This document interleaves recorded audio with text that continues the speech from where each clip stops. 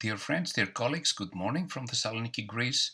I am Kleanthis Monolakis, and the topic of today's presentation will be about the new generation of Zirconia. I'm very happy and very excited to be able to share one of my favorite topics with you, and I would like also to thank Aidite for providing this opportunity. I hope you will enjoy my presentation. It is a recorded presentation, but I'm a late night guy anyway. I like late night talks, so it's past midnight, and I hope you will enjoy this presentation. Basically, we deal about reproducible and safe clinical concepts in contemporary restorative dentistry. So I have been practicing clinical dentistry for over 25, 27 years, and usually longevity is what is essential for us clinicians and for our patients. I would like to use the foreword by Professor Morton Parel in this famous book conducted by Kalmish back in 2005. And in the foreword, Professor Parel explains this dilemma. So the fixation of those as clinicians who learn and practice implant dentistry usually represents two ends of a spectrum. So it's usually the surgery and the cosmetics. These two aspects are navigating our surgical results. But what drives actually the engine, which means what keeps our restorations going for years and years? So, structured initial planning that will result in a viable implant-supported prosthesis, and the intrinsic and extrinsic designs of that customized prosthesis underlie, underscore, and even supersede the drama of surgery and the thrill of cosmetics. So it's not only about surgery and not only about cosmetics, but it's about advanced surgical and restorative concepts that we need to apply in order to have reproducible long-term results. So essentially, our clinical mission is to inform our patients, to protect and to restore. Restore missing teeth, restore gaps. Is it only about restoring gaps? Actually not. It's about restoring self-confidence and function. So this is our main goal in restorative dentistry. In that sense, we are in a perpetual search of a unique dental material that would combine strength and aesthetics in the same fashion. Now, the first chapter is about performance of zirconia versus porcelain fused to metal and other restorative materials in implants and teeth. What is the best prosthetic material for implant restorations? This seems like a simple question. We all have our preferences, and obviously there are many choices and factors that go into choosing the right type of restorative material. Each one will have an effect on the clinical outcome. Essentially, the qualities and effectiveness of a novel restorative material may not be determined until long after it has reached the market and it has given clinicians and researchers an opportunity to test it and try it out. In that sense, prolonged observation period is definitely essential. I would like to start with some subgingival materials that are available for restorative purposes at the moment. This entity focuses on the materials that will be submerged after seating the restoration on an implant, and in that sense, the consideration of tissue biology is essential. The adherence zone is the soft tissue area that is in contact and interaction with the restoration, and this is a different zone than the requirement of the material that is exposed in the oral cavity. Now, one important question is which material can increase the adherence zone, thus increasing the bony crest protection? Some materials do tend to develop stronger adhesion than others to peri-implant tissues. Is this correct? Now, implants can be restored with a wide variety of restorative materials. Some of them are zirconia, titanium, lithium disilicate, veneering ceramics, polyether ether ketone, this is PEEK, that we use in our office regularly, and again metal, gold, and other materials. Let's start with gold. Now, for a long time, cast gold individual abutments were considered a state-of-the-art solution for customized prosthetic applications.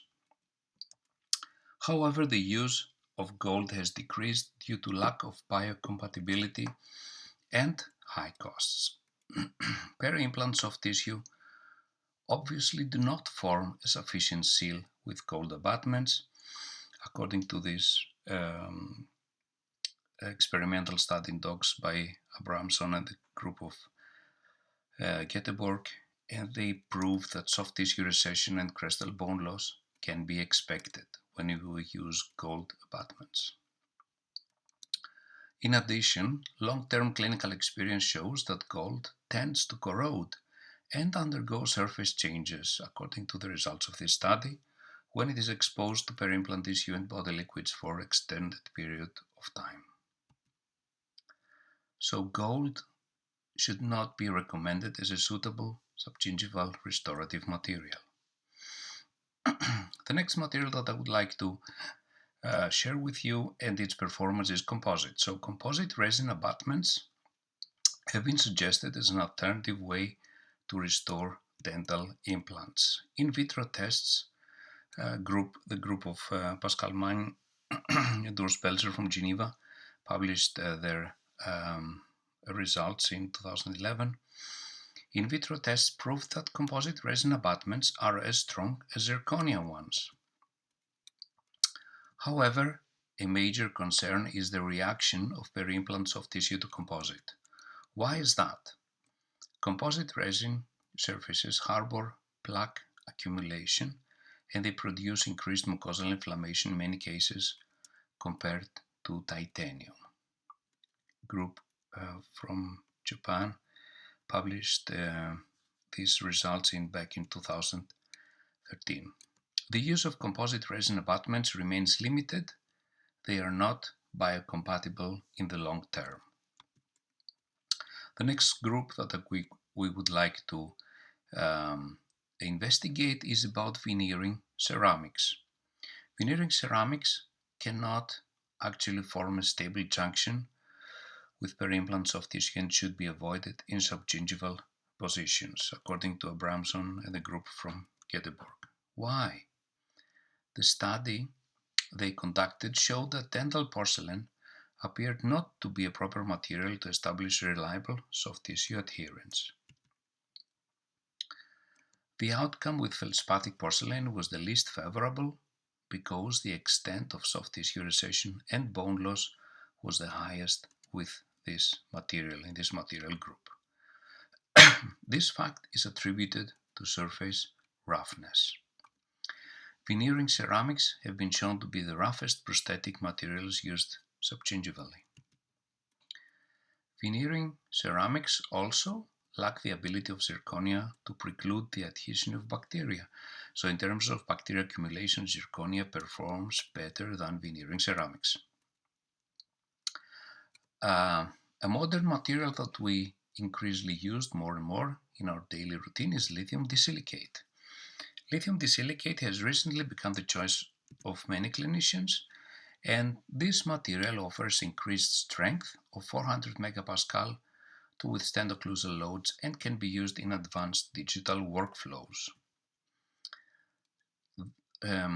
Studies suggest that lithium disilicate materials are not biologically inert and are more cytotoxic compared with composite or other dental materials, according to these groups that published their results already back in 2003-2008.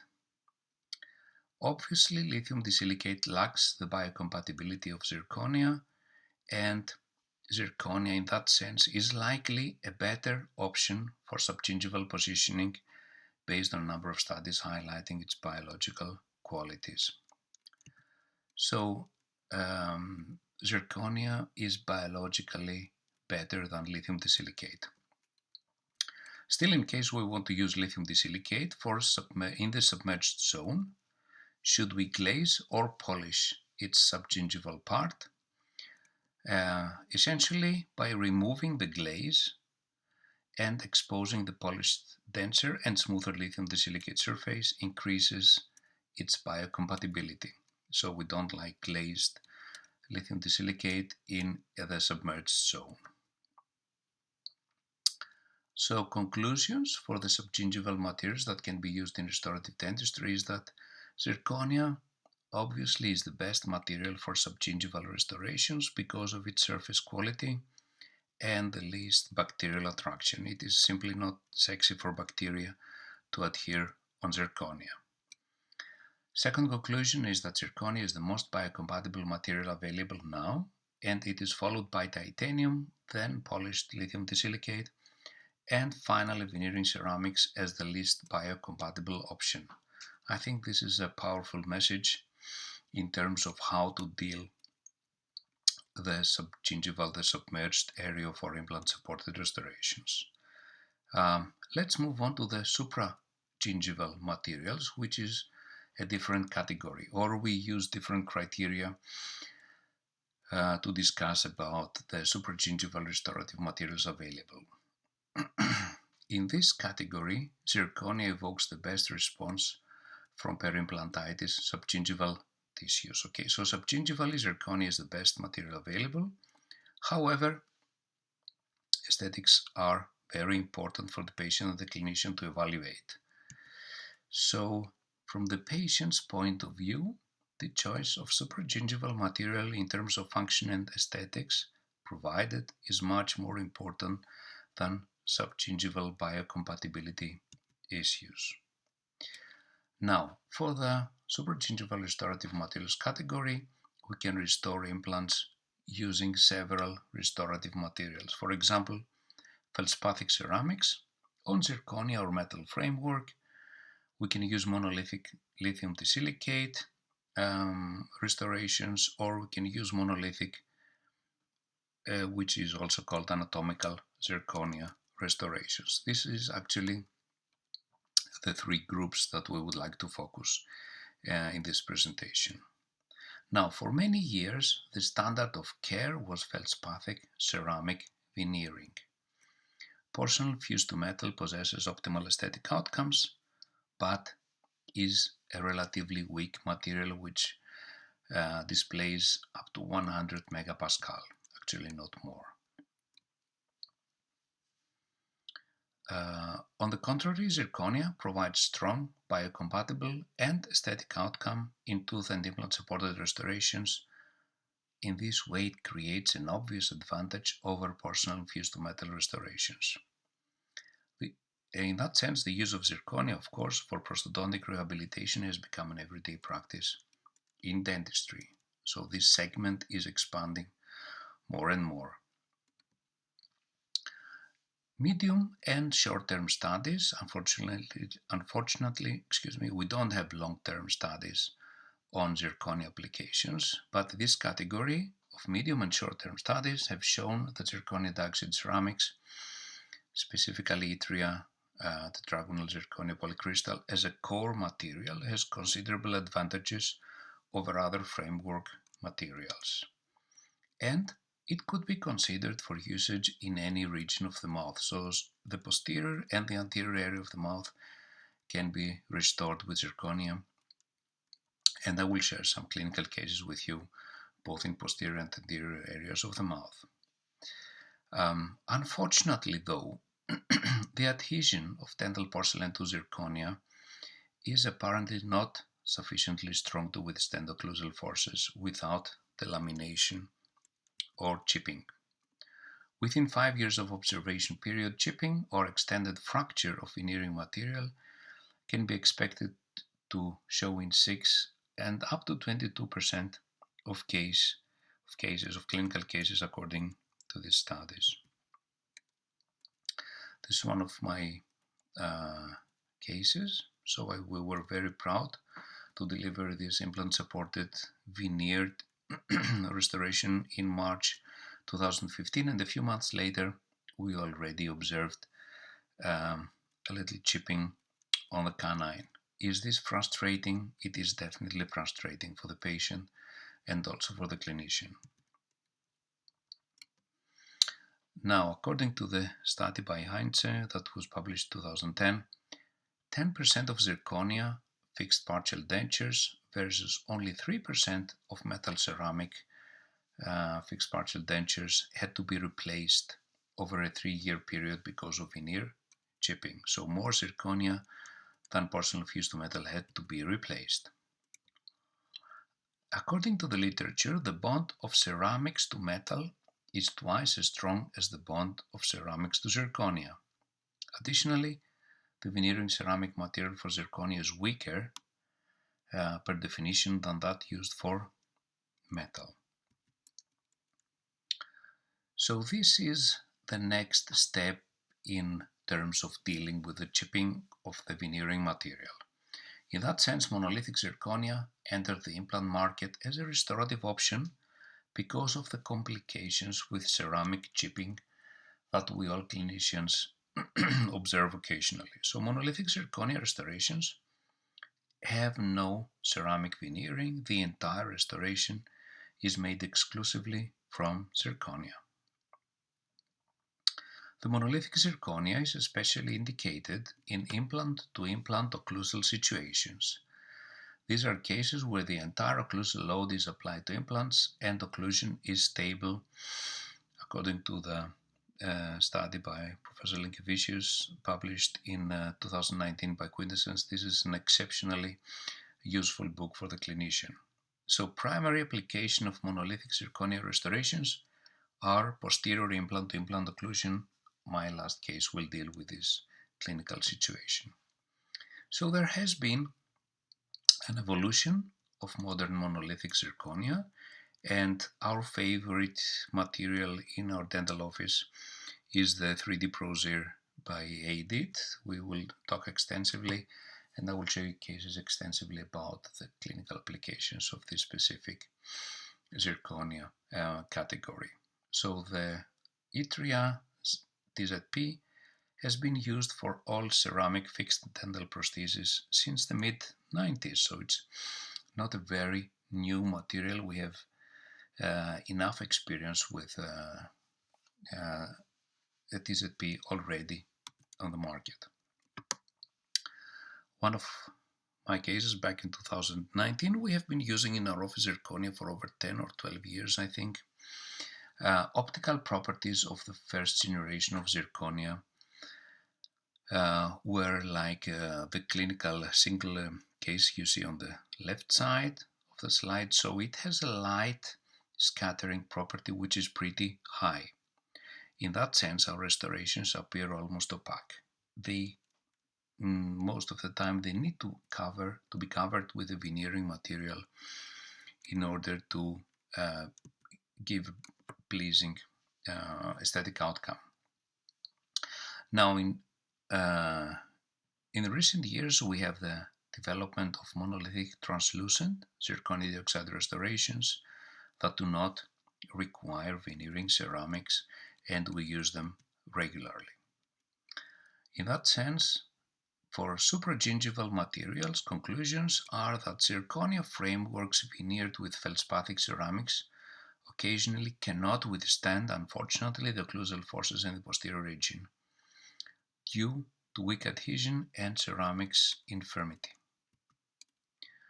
Also, the fourth generation natural transition zirconia without layers, only staining, provides highly transparent incisal part and can generate exceptional aesthetic and functional outcomes. Now let's move to the clinical cases, which is, I think, more important for all of us. So I would like to share with you a few cases that deal with restoration of natural teeth. This young patient was not interested in doing orthodontics. He presented with extensive fractures of his anterior region, and by using 3D ProZir in this two units, one unit on the left side, one unit on the right side. We can restore the aesthetic zone. This is the before and the after pictures. Of course, the prerequisite in cases like this is a skilled technician. We are very privileged and very happy to have a skilled technician. His name is Diamantis Tsifotakos. He is also located in Thessaloniki, and he is a very skilled technician. He's also very talented. I will show you more of his work later on. This is another indication, a Maryland type full contour zirconia restoration of a fairly young patient, 40 years old, missing a canine on the upper right side. He doesn't want to place an implant. He would favor a more conservative restoration.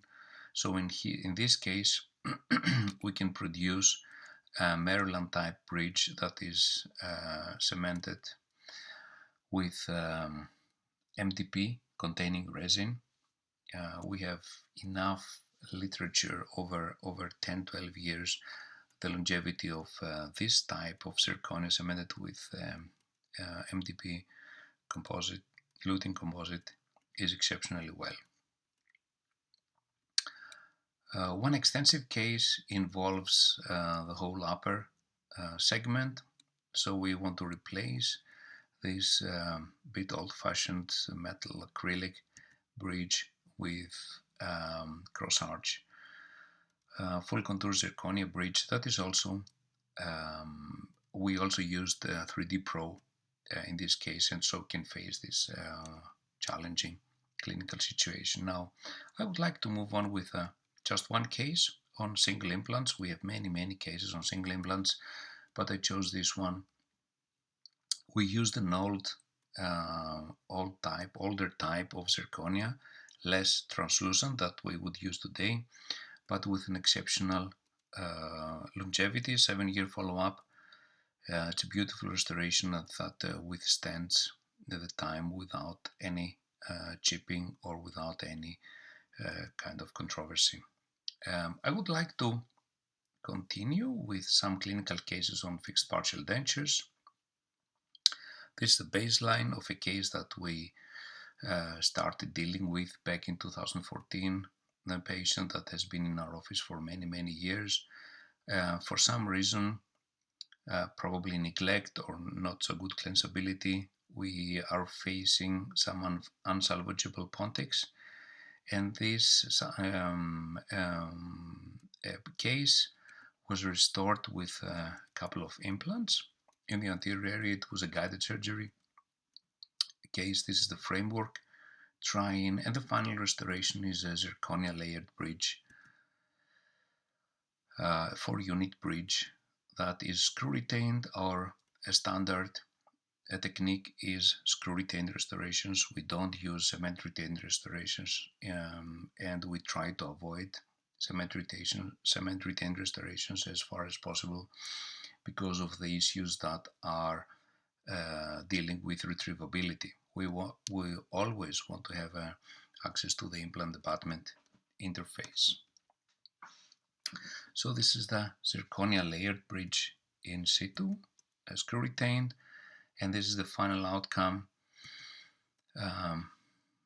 done by Mr. Tsifotakos, a very skilled layering of ceramics, and this is the 5-year follow-up, and she's probably as happy as during her wedding, I would say.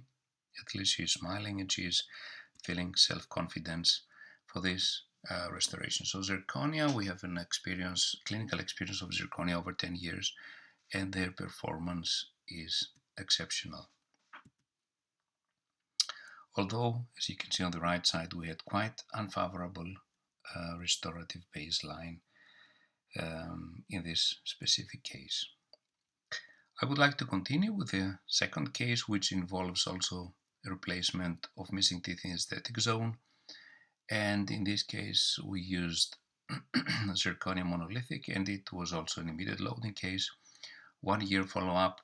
This is a case that We used also 3D Pros, where 3 implants are placed in the upper jaw and 2 implants are placed in the lower jaw. We used cut design and milling in this case, and these are the final restorations. So this is the upper full contour zirconia fixed partial denture finalized.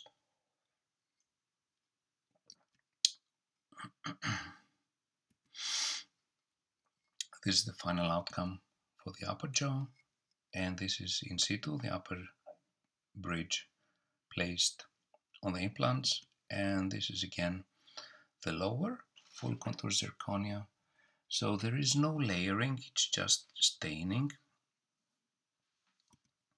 in this specific case, and I'm always amazed on how beautiful the aesthetic outcome is in this monolithic zirconia that is the 3D Pro. This is the lower full contour zirconia bridge finalized, and this is the 1 year follow-up of this case. We can observe optimal material stability and also optimal function, optimal aesthetic outcomes.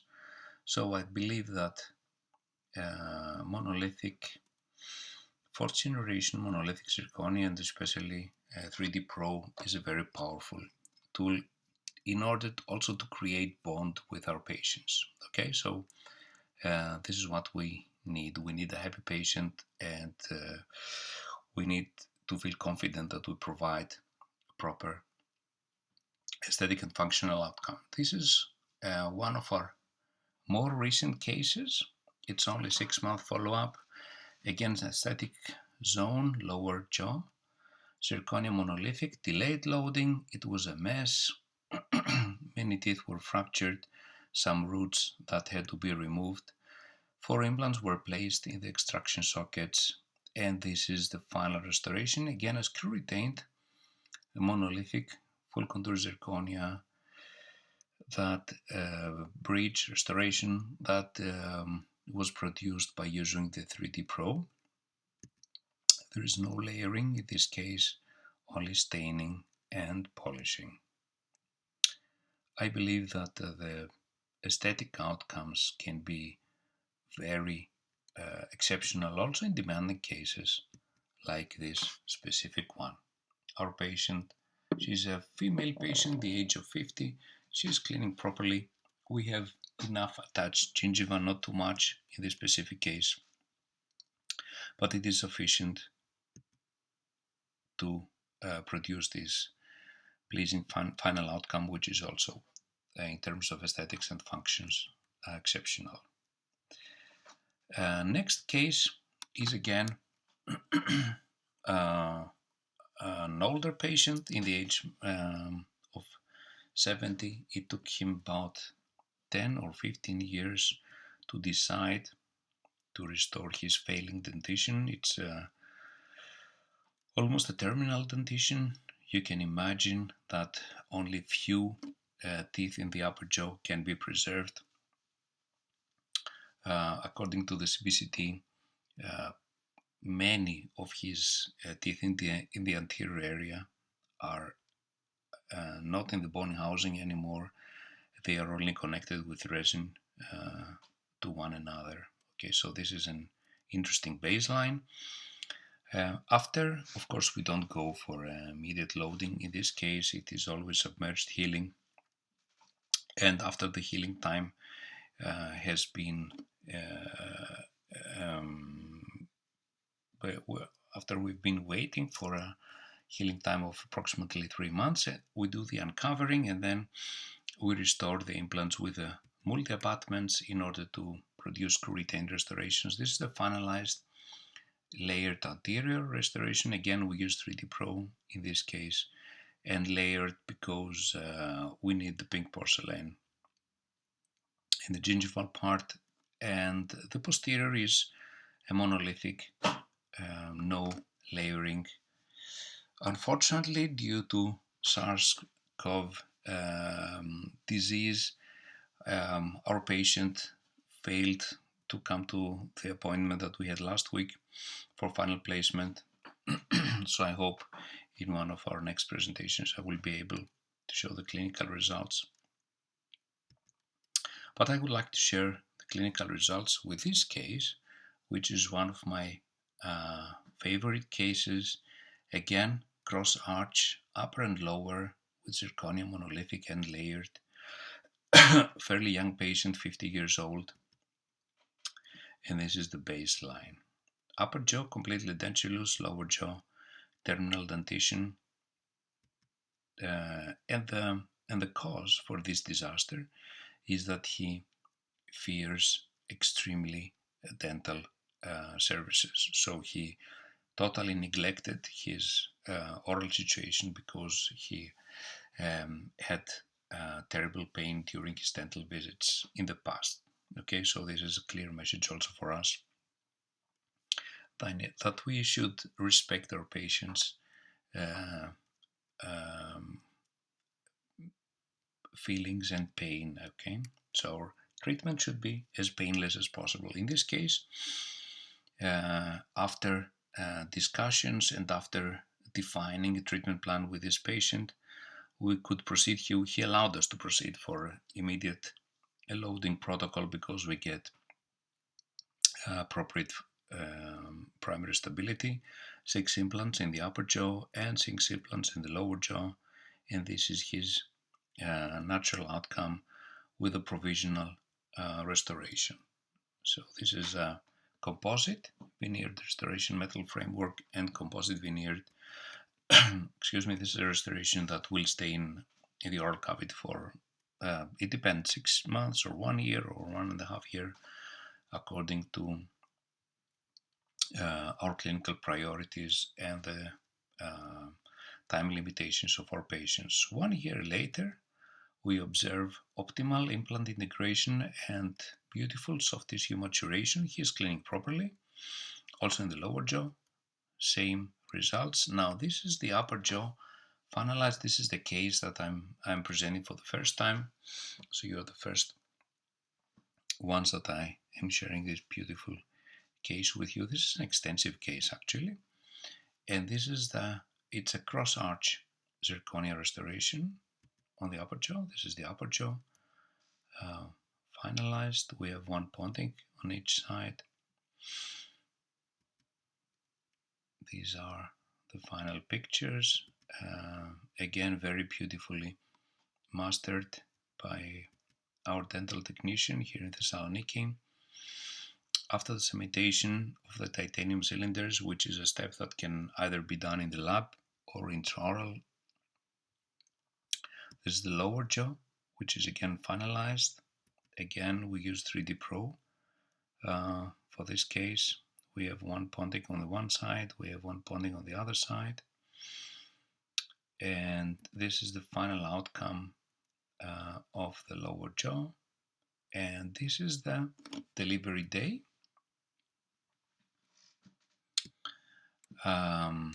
So in situ, the upper one and the lower arch. This case represents in a beautiful way the optimal aesthetic and functional outcomes we can achieve when we follow a thorough treatment plan, as Professor Parel said in the beginning. So careful treatment plan, many intermediate steps to define occlusion, to define aesthetics, to define oral hygiene. But if we pay attention and we are meticulous in following these steps, we can achieve optimal aesthetic and functional outcomes like in this young patient. So with 3D ProZir, we can definitely expect optimal aesthetic outcomes. And again, it's a teamwork. So both parts need to work together. The restorative dentist, the surgeon, the dental technician. It is an open community. There is a lot of discussions. We need to involve and include our patient in the treatment plan. But if we do that carefully, that we can expect that we can have predictable aesthetic and functional results. So by closing my presentation, I would like to share some statements with you, like, has zirconia made a material difference in implant prosthodontics? This article by Dr. Sadowski from California, I would say absolutely yes. So zirconia has made a material difference in implant prosthodontics. Zirconia, I think, is a versatile material for implant prosthodontic applications, and monolithic zirconia offers enhanced mechanical properties for implant restorations. Long-term multi-center studies are needed to assess success criteria in patient-related outcomes, and some development, according to this article, is needed to optimize aesthetics.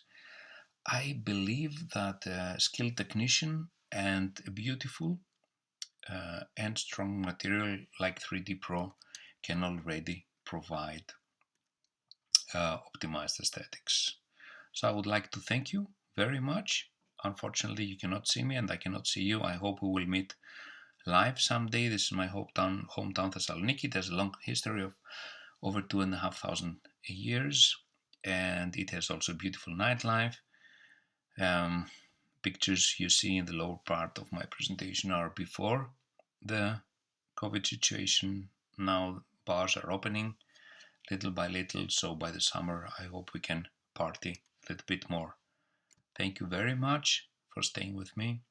I hope you enjoyed some of the cases. I hope you're motivated to try new materials. We all have to stick to a thorough protocol of treating our patients. We need the teamwork, and we need always to use excellent quality materials in order to achieve optimal long-term results. Thank you so much. Thank you. Bye-bye.